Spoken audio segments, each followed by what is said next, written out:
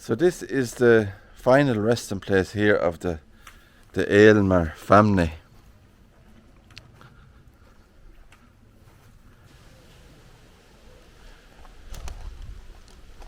Hi guys, welcome back to the channel. So today I'm here in Donadee, Old Domain, and there's an old castle here belonging to the Aylmer family. So this would have been their private church here. It's called St. Peter's. Now there is an original old church ruin. So a wealthy family, castle owners, and I will show you the castle before we leave as well. So this is the old church. That's what's left of it, stands here today, and we can just see written on this, if you can make that out there, it says burial ground on that stone.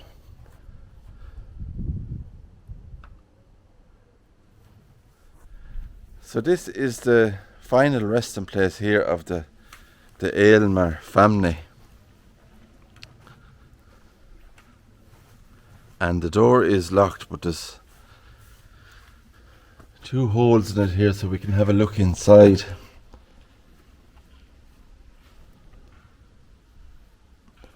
So just in front, don't know if you can see that, there is Dame Jane Grace, wife of Sir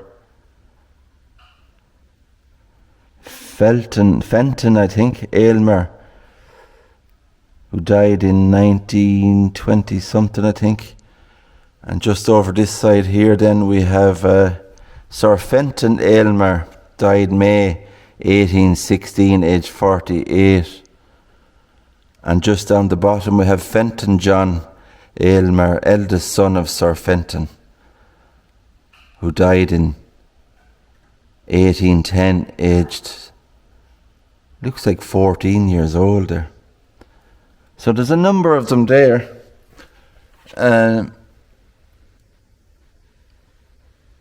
Dame Maria Aylmer is there, widow of Sir Gerald George, who was born in 1799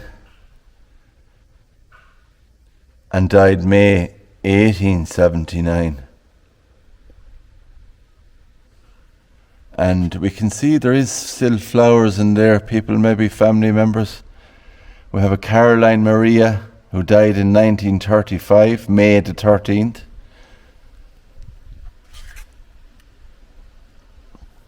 And just down the bottom, there's a little stone plaque there with a little lantern kind of, but on that it says, beneath this stone lie a quantity of ancient bones and skulls, it says.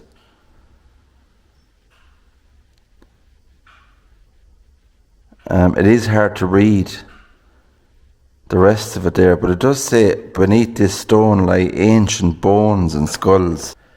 And there's another grave just there, and that is, here lie the remains of Mary Ann Hort, I think, H-O-R-T, and she was the daughter.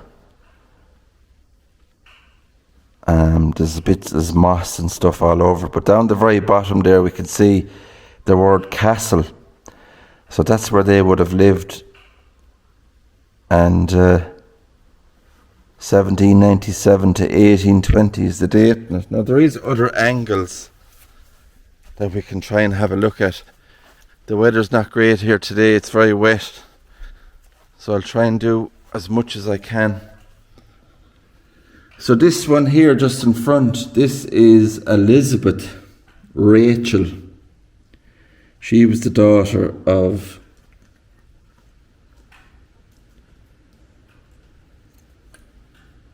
F-R-E-K-E Frake Esquire, it says in it. So there we can see a better angle inside. So they're all niches, so there will be coffins just behind all that there. And there's that tomb we were reading earlier. So there is windows here, but there's no glass, there's no plastic or anything covering them. And the door is just over there where we're looking in.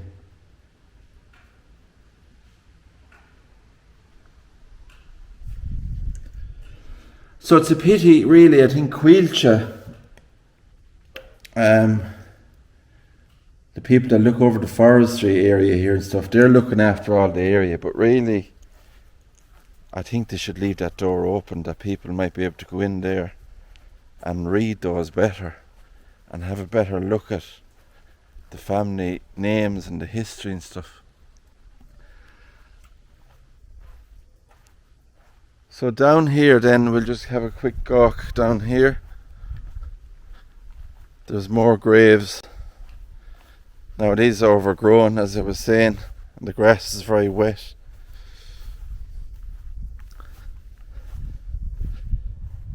So this one here is sacred to the memory of Mr. Andrew Murray of Derry Parish, Staplestown, who departed this life on the 13th of July 1860, aged 73. Also his wife Julia, who died December 1856, aged 66, and their son William, who died the 15th of July 1846, aged 12 years old, and their son Patrick Murray, 1911. So I'm just wondering if you have the old church there that's belonged to the family. I'm sure it's a private church. And that mausoleum.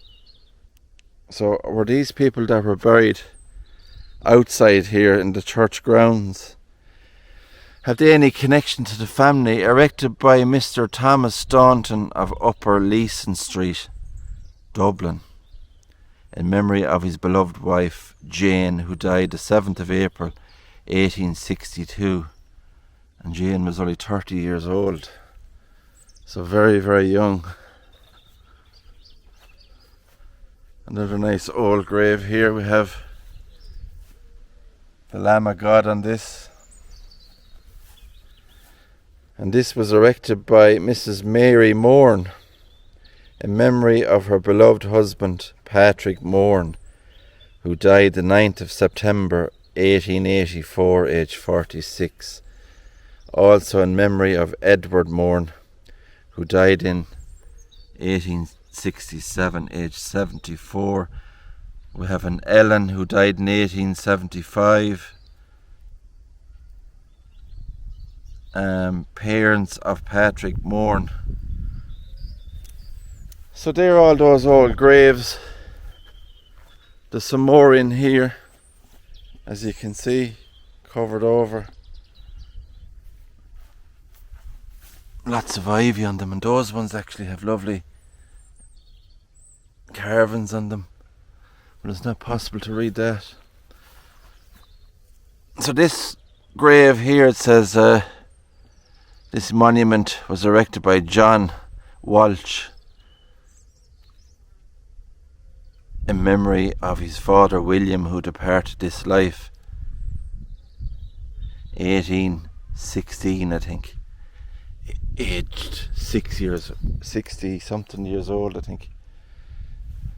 So there's a number of graves dotted around, and just beyond that wall there actually is the family, the Aylmer family, the original castle there. And look at this, we can see some designs on it, and unfortunately that's weather worn, so it's not possible to read. Some more old graves there. So when I read about this and researched it, it was kind of saying about the mausoleum of the family, so I'm presuming that's the mausoleum, unless I come across another one somewhere. And we have the huge yew tree there as well. And just beyond we can see what remains of the old tower area of the castle. near the church.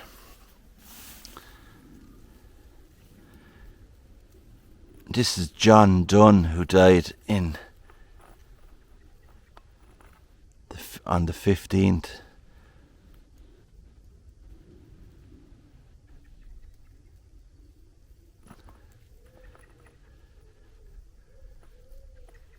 It's hard to see a date on it.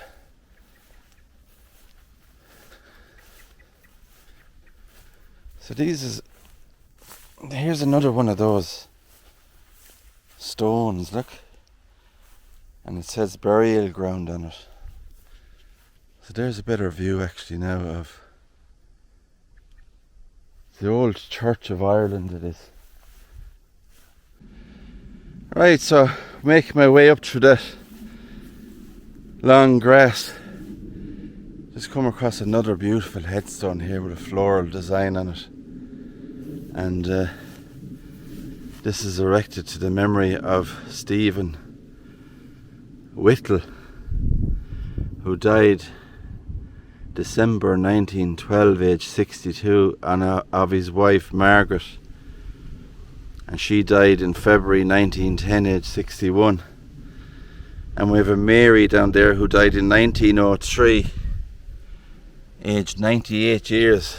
What a great age Mary was. So it's a beautiful old church and burial ground. And the only thing I would say, I suppose, about this area is Quilcha, who take care of the grounds and stuff, they actually charge €5. It's a big forest park area for people to go for walks, as well as coming in to look at the church and castle and all that. But I think if they're charging €5 to come into areas like this where there's lots of history, they should kind of maintain it a bit better. Cut the grass so people can walk around there properly and have a look, and you might see just from there, that's the original family home of the Aylmer family. So we'll go down and have a look at that now in a couple of minutes. And before we go, we might just see, can we have a look at the inside. So that's the gate as you come in.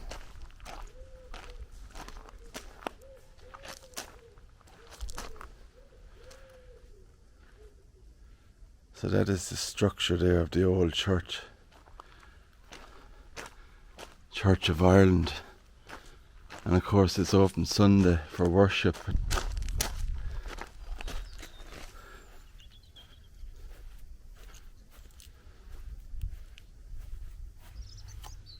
So this one here says Reverend Robert Irwin, rector of Donadee, who died in February 1888, aged 79. So that's his grave, the rector.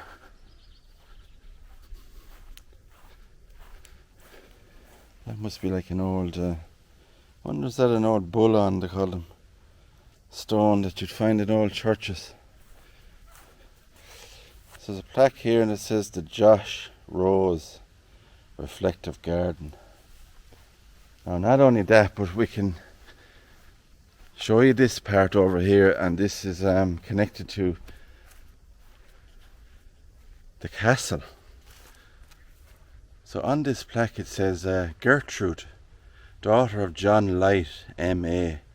of Claverley, who died at Donadee Castle March the 11th 1928. So the family were living in that castle down there that we're going to go and see, maybe up until the 1920s, or maybe even later in years, who knows. So that is the church. You can see the tower of it, the castle style. So that is it from me at this part, guys. I'll show you now the castle where they lived. That was the old church, a beautiful church. here in County Kildare. So let's go and look at the family home. So this is part of the old Aylmer house here, and we'll just talk about the early roots. So the site hosted a late medieval manor house held by Norman lords before being acquired by the Aylmer family in 1558, that far back, imagine. Sir Gerald Aylmer constructed a new tower house, which we believe is this one here, between 1581 and 1624, incorporating earlier structures. The castle endured conflict in the 1640s, including a burning during the wars, but was rebuilt in 1773. Sir Fitzgerald Aylmer, 6th Baronet, and I'm sure we've seen that name in the family mausoleum on that niche. He erected a new house facade integrating the old tower. By the early 19th century, Sir Fenton Aylmer added a porch in 1812, and Sir Gerald George Aylmer, the 8th Baronet, greatly enhanced the estate, erecting perimeter walls, gate lodges, a grand lime avenue, landscaped gardens, a lake even, and an ice house. So a lot of these old places did have ice houses and stuff back in the day. As we can see, look at that for architecture. So the decline of the lineage, I suppose, in the family and the estate. So the last Aylmer resident was Caroline, and she died in 1935. The property passed first to the Church of Ireland and then to the state. The castle was de-roofed in the late 1950s. In 1981 it became part of Donadee Forest Park, now managed by Quilcha, as I was saying earlier. So, from doing a bit of research, they're saying that Quilcha altogether roughly had about €500,000 in funding to restore all this area here, but I don't know, what do you think? Would $500,000 do much? It's hard to know. But what a beautiful building it is, castle, and a wealthy family back then. And this would have been the original doorway. So how many people have walked through here?